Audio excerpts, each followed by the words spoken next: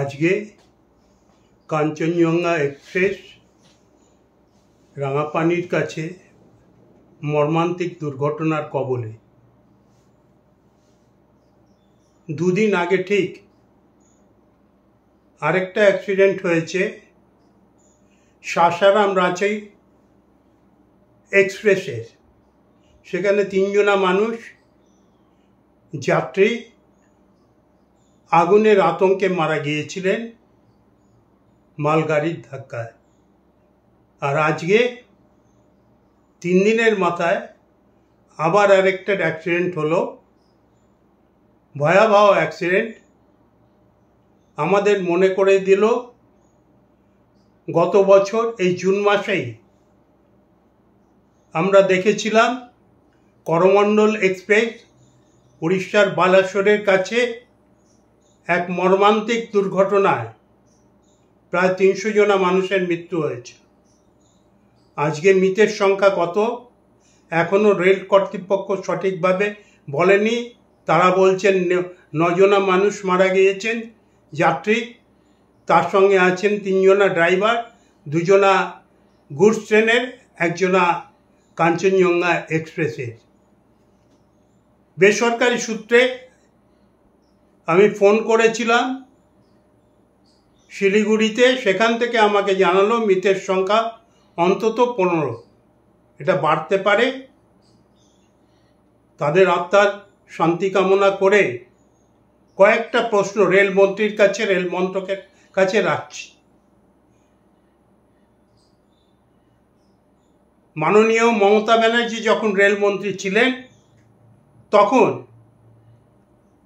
একটা প্রচেষ্টা হয়েছিল অ্যান্টি কলিশন ডিভাইসের, অর্থাৎ একই লাইনে যদি 2টো গাড়ি চলে আসে তাহলে অটোমেটিক্যালি গাড়ি থেমে যাবে, অ্যাক্সিডেন্ট হবে না। সেটা সম্প্রসারিত হয়নি। কোঙ্কণ রেলওয়ে, গোয়া, বোম্বের মধ্যে এটা সীমিত আছে। আর আজ পর্যন্ত সেটা সম্প্রসারিত হলো না। আর এই 10 বছরে মোদিজি বিশেষ করে তৃতীয়বার প্রধানমন্ত্রী হওয়ার পর, শপথ নেওয়ার পরে 2টো রেল অ্যাক্সিডেন্ট আমরা দেখতে পাচ্ছি। একটি ভয়াবহ, আরেকটা অল্প হলেও রেল সম্পর্কে প্রশ্ন তুলে দিচ্ছে। অ্যান্টি কলিশন ডিভাইস হবে না কেন? পৃথিবীর 4র্থ বৃহত্তম রেল হলো ভারতবর্ষের রেল, ভারতীয় রেল। এখান থেকে প্রতিদিন প্রায় 4 কোটি মানুষ যাতায়াত করেন এবং 12,000 ট্রেন চলে। স্বাভাবিকভাবেই বিস্তৃত রেলপথ, যা পৃথিবীর মধ্যে অন্যতম সুবৃহৎ। যাত্রী স্বাচ্ছন্দ্য নেই কেন? যাত্রীদের জীবন বারবার প্রশ্নচিহ্নের মুখে পড়ে কেন? এটা প্যাসেঞ্জার অ্যাসোসিয়েশনের পক্ষ থেকে আমরা বারবার বলেছি। আজকে কয়েকটা প্রশ্ন যেটা আসছে, অ্যান্টি কলিশন ডিভাইসের পাশে এক সময় রেলে কাজ করতেন প্রায় 14 লক্ষ কর্মচারী। বৃহত্তম প্রতিষ্ঠান হিসাবে, বৃহত্তম শিল্প হিসাবে ভারতবর্ষে। আজকে সেটা কমতে কমতে 8,000-এরও নিচে নেমে গিয়েছে। একজনা ড্রাইভার তার 8 ঘন্টা কাজ করার কথা, সেখানে তাকে প্রায় 16 ঘন্টা কাজ করতে হচ্ছে। এ অবস্থা কেন হবে? এত ব্যাপক কর্মসংকোচন এবং কর্মী সংকোচন নীতি কেন গ্রহণ করবে? রেলের স্টেশনগুলোকে সাজানো হচ্ছে, প্রাইভেটাইজ করে দেওয়া হচ্ছে, সেখানে শপিং মল তৈরি হচ্ছে। হচ্ছে না শুধু যাত্রী রক্ষার প্রশ্নে যাত্রীদের সুযোগ সুবিধা বাড়ানো।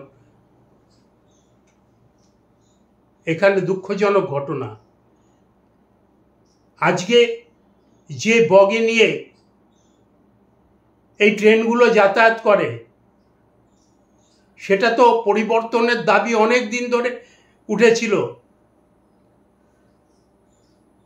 শক্তপোক্ত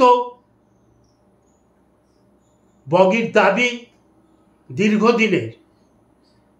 রেলের আয় বেড়েছে, কিন্তু রেলের যাত্রী স্বচ্ছন্দ, যাত্রী নিরাপত্তা, তাদের জীবনের প্রশ্নে রেল অনেক উদাসীন। আজকে তদন্ত কমিশন বসছে, সেই তদন্ত কমিশন বসার আগেই দায়ী করে দেওয়া হচ্ছে দুজনা ড্রাইভারকে।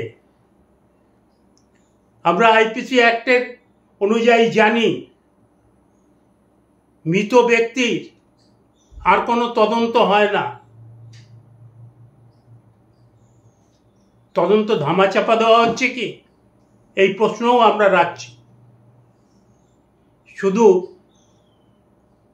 আরেকটা কথা না বললেই নয়, যেটা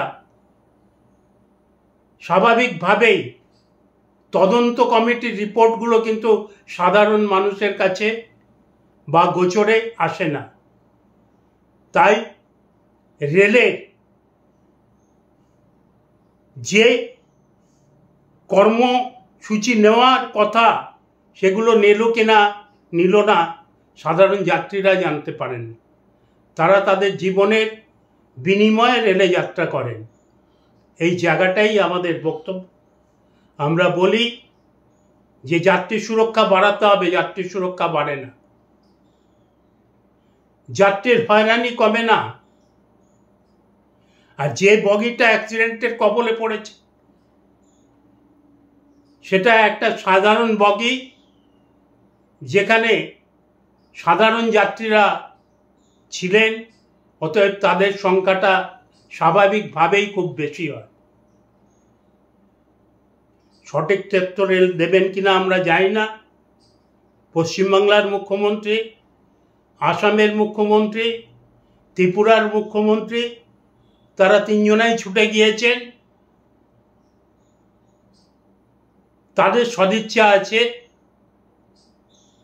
বিশেষ করে পশ্চিমবাংলার মুখ্যমন্ত্রী, আমি যেহেতু অনেকগুলো সংগঠনের সঙ্গে জড়িত আছি, আমরাও বলেছি ব্লাড ডোনেট করতে।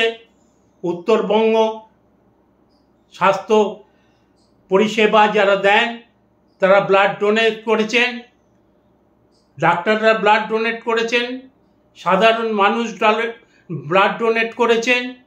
এই আহত যাত্রীদের জন্য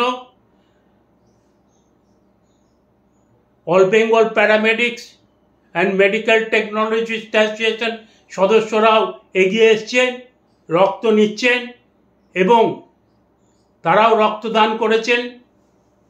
মাননীয় মুখ্যমন্ত্রীর আবেদনে সাড়া দিয়েছেন, মুখ্যমন্ত্রীও সেখানে উপস্থিত হচ্ছেন।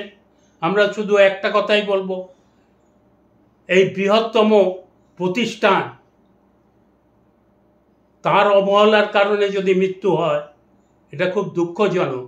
যেখানে 12,000 ট্রেন, যাত্রীবাহী ট্রেন প্রতিদিন, যেখানে প্রায় 4 কোটি মানুষ যাতায়াত করে, সেখানে তো গুরুত্ব দিতেই হবে, যে কোনো মূল্যে গুরুত্ব দিতে হবে। এবং বারবার এই অ্যাক্সিডেন্ট কাম্য নয়, এত মৃত্যু আমরা চাই না। সরকার সচেষ্ট, রেলমন্ত্রী আপনি সচেষ্ট হন, রেলের আধিকারিকরা সচেষ্ট হন, লোক নিয়োগ করুন, অ্যান্টি কলিশন ডিভাইস চালু করুন এবং যা যা করণীয় এই মুহূর্তে সেইগুলো আপনারা করুন। এইটুকুই আমাদের দাবি। আমি অল বেঙ্গল প্যাসেঞ্জার্স অ্যাসোসিয়েশনের সভাপতি হিসাবে মনোজ চক্রবর্তী এই দাবিগুলো আপনাদের কাছে রাখলাম।